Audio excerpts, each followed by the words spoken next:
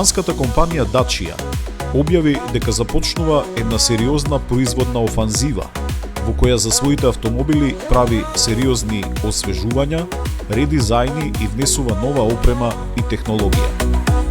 Во оваа агресивна стратегија, Dacia го опфати и омилениот мал SUV на европскиот пазар Dacia Duster, на кого му го даде новиот хибриден погон Hybrid G 150 4x4, кој ќе биде достапен и кај Bigster. Новиот мотор ги комбинира хибридната технологија, LPG Flex Fuel системот и погонот на сите тркала, што представува и прва комбинација од овој тип во светски рамки. Новиот погон на Dacia Duster ги комбинира 1,2 литарскиот благ хибриден мотор со 48 волти и моќност од 103 киловати или 140 конски сили во предниот дел со електричен мотор во задниот кој испорачува 23 киловати или 31 конска сила. Максималната моќност на овој нов погон за Duster изнесува 154 конски сили, со вртежен момент од 230 Нм за моторот со внатрешно согорување и до 87 Нм за електричниот мотор позициониран на задната оска. Моторот со внатрешно согорување е спарен со автоматски менувач со двојна спојка, со 6 брзини, со педали за менување брзини и на воланот, а електричниот мотор е поврзан со двобрзински менувач и задна оска која може да се исклучи. Главната предност на овој двобрзински менувач, спарен со електричниот мотор на задната оска, е што овозможува висок вртежен момент за тркалата при ниски брзини во прва брзина и да го успори електричниот мотор при високи брзини, задржувајќи силна тракција на задниот дел до брзина од 140 км/ч. Кога овој менувач е во неутрален мод, се елиминира загубата на фрикција од патот, што пак обезбедува помала потрошувачка на гориво кога возилото е во погон на две тркала или two-wheel drive. Педалите на воланот за менувачот со двојна спојка се особено згодни во ситуации на офроуд возење, влечење, возење по планини и други специфични ситуации. Електричниот пак мотор кој е поврзан со задните тркала ја полни литиум-ионската батерија додека се вози, а возилото многу често се управува само на струја. Информациите од Dacia велат дека моделите Duster и Bigster со овој нов погон, кога се движат во урбани средини, може до високи 60% од своето време да го минуваат само на струја. Возилото има два резервоари со капацитет по 50 литри, 50 литри за бензин и 50 за течен нафтен газ или LPG, а со двата може да се поминат до 1500 км без дополнување на гориво. Овој Duster, а таква е ситуацијата и со Bigster, може да се вози во 6 модови. Првиот е ауто, кога возилото автоматски го менува погонот од 4x2 на 4x4 и обратно. Вториот мод е модот Еко за максимални заштеди, кој менува погон на сите тркала на површини со мал грип, односно прилепување. Snow е модот кој што се користи за побезбедно возење во погон на сите тркала на патишта со мало прилепување или патишта покриени со благ снег. Mud и Sand 4x4 мод е оптимизиран за возење на растресити површини, кал и песок, како што кажува и самото негово име. Модот Lock се користи за офроуд возење по лош терен при ниски брзини. И на крај го имаме модот Hill Descent Control, кој што се употребува за контрола на управувањето и стабилизирање на брзината кога се вози по удолнина при брзини меѓу 3 и 30 км на час.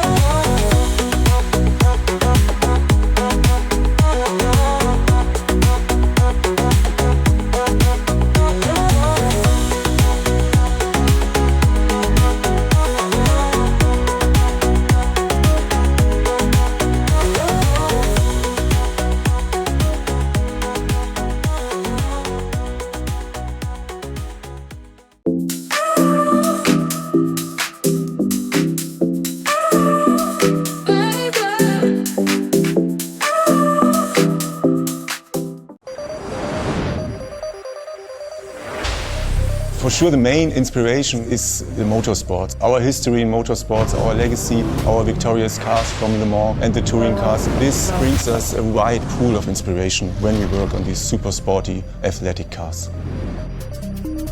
For us designers, it's really a dream to work on the RS5 because the base model is already super attractive, and on the RS we are able to enhance the proportions, we have better stance, we have a wider track. It's just a dream and it became a fantastic car. RS models clearly stand out with their proportions. So they are really extreme, they are enhanced, everything is linked to motorsports and the details are clearly there just to perform. We have a really powerful engine. This engine for sure needs air, and therefore the single frame got wider. The air intakes also improved the airflow around the car. The side view for me is striking because of two reasons. A sharp silhouette, super sporty, and a surface treatment that is communicating Quattro in a bold way. There are three fascinating elements on the diffuser: the vertical fins on the outside, then the oval exhausts that are a RS trademark, and in the middle we have the vertical reflector that hints to our motorsport heritage. Carbon is a clear link to motorsports, and our carbon camouflage is our new take on this high-tech material. The RS5 sedan is the perfect combination of elegance and the athletic DNA of our RS cars. It was a fantastic journey with our team to work on both cars, the sedan and the Avant. The Avant enables our customers to go on a beautiful holiday trip with all the luggage that is attached, and to combine this with a really emotional way of driving the full RS experience. This combination is just fantastic. A special element on the Avant is for sure the rear spoiler, which has the double wing and integrated the brake light that reflects onto the rear window. The interior of the RS5 features a strong driver orientation, and we have the same focus on the details like in the exterior. We offer different packages, for example the carbon camouflage or the leather with the red stitching, and really special is the steering wheel for sure, with the two buttons, the boost button and the RS button, for the 100% RS experience. The treatment of the lights is really crucial for every Audi. For the RS, we came up with a checkered flag signature that adds another iconic element for the RS family. The RS5 is fascinating from every angle. We wanted to create exactly this wow effect. When people see this car, they just want to experience its power.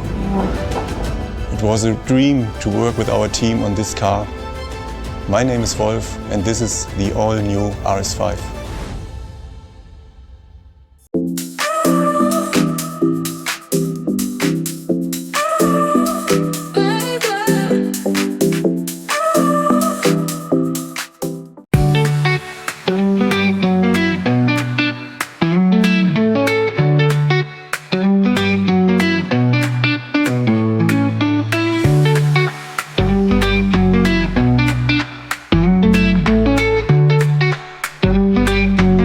Јапонскиот производител на автомобили Toyota го представи својот нов Urban Cruiser како најновиот чекор во експанзијата на батериските електрични возила на Toyota, со што ги покрива сите сегменти од европскиот SUV пазар.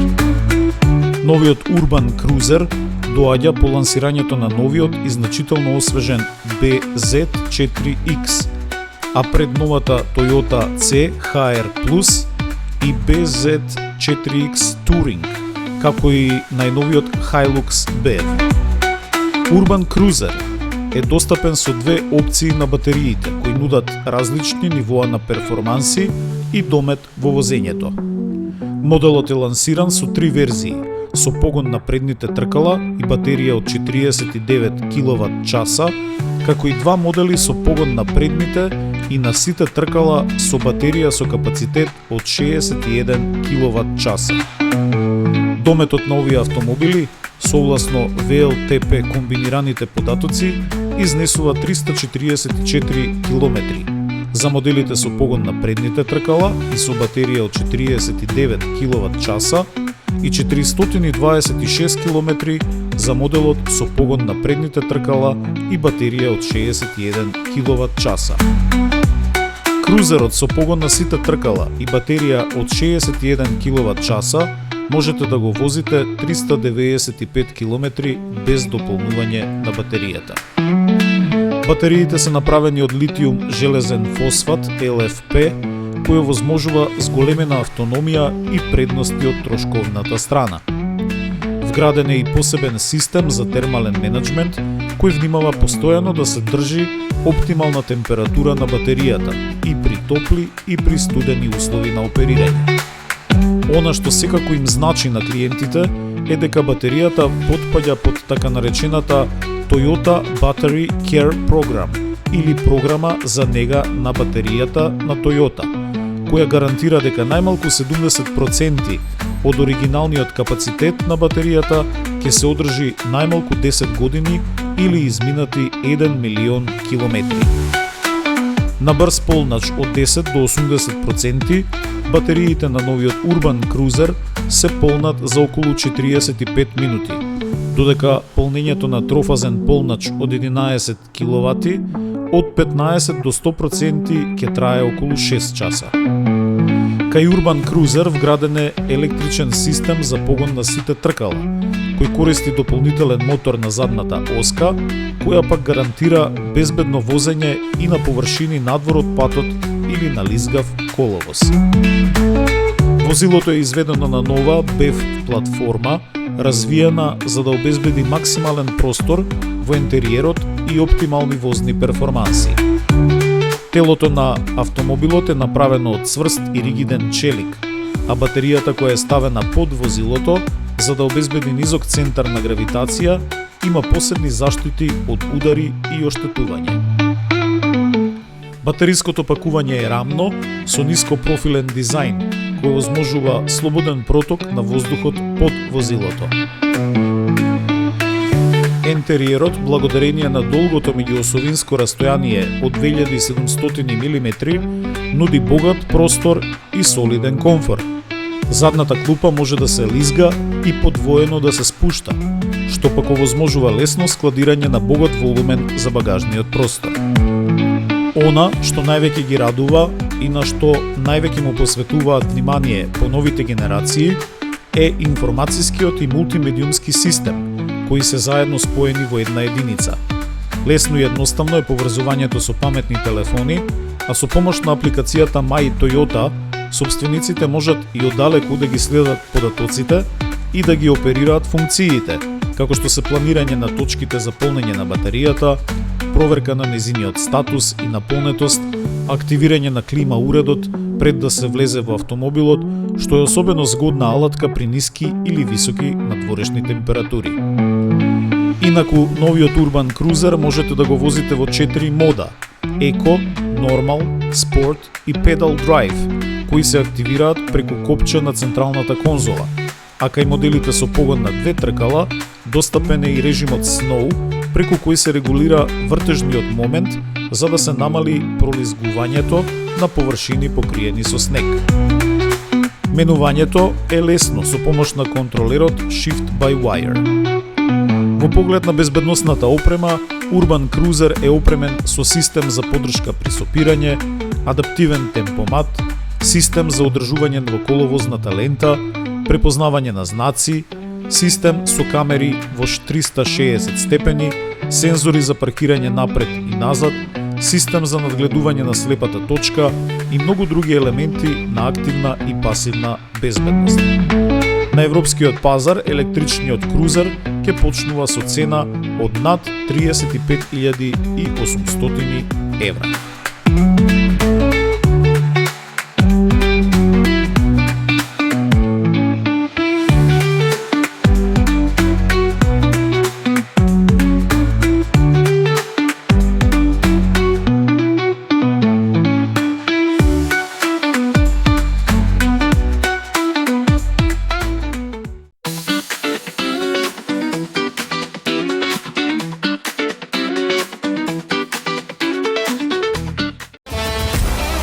Се што вози работи подобро со Liqui-Moly. Моторни масла и адитиви, произведени во Германија.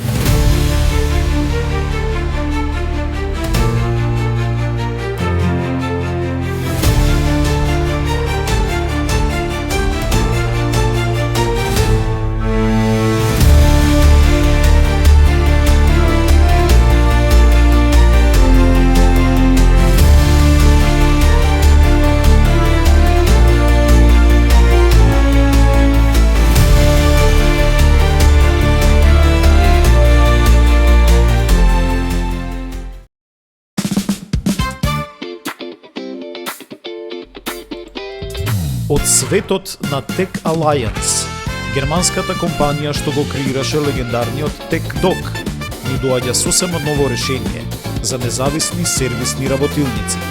Во оригиналниот онлайн софтвер TechRMI на Tech Alliance ќе најдете се што му треба на вашиот сервис: технички информации, податоци, електрични шеми и графици, диагностички кодови и упатства за сервисирање. Дополнително со пакетот го добивате и TechDoc каталог бесплатно. Само во Autotrend, овластен Tech Alliance партнер за Македонија.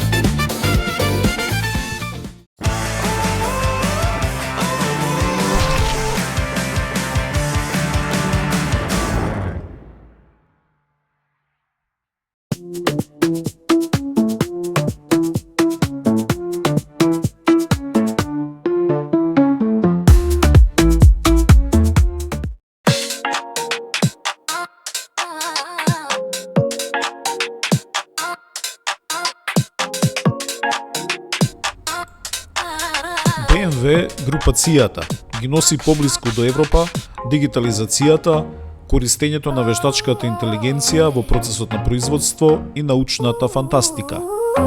Во оваа своја офанзива, луѓето од BMW го користат клучниот елемент, наречен Physical AI, кој ги комбинира вештачката интелигенција со вистински машини и роботи.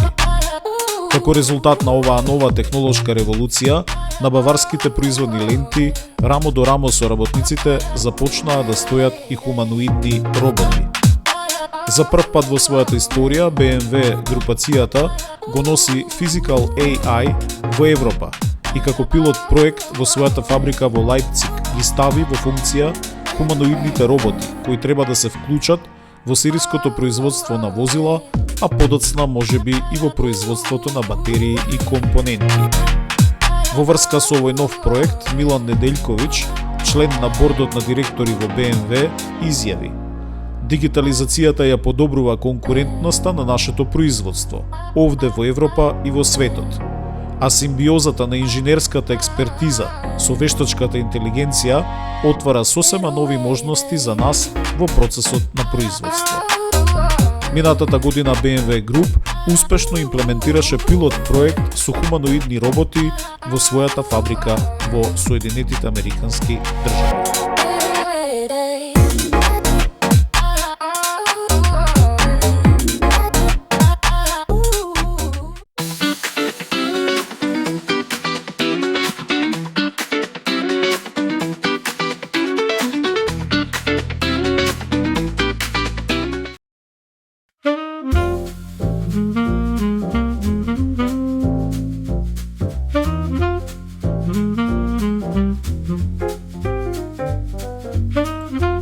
Во првиот квартал од новата година обично се срамнуваат билансите и на јавности се презентираат резултатите од претходната фискална година.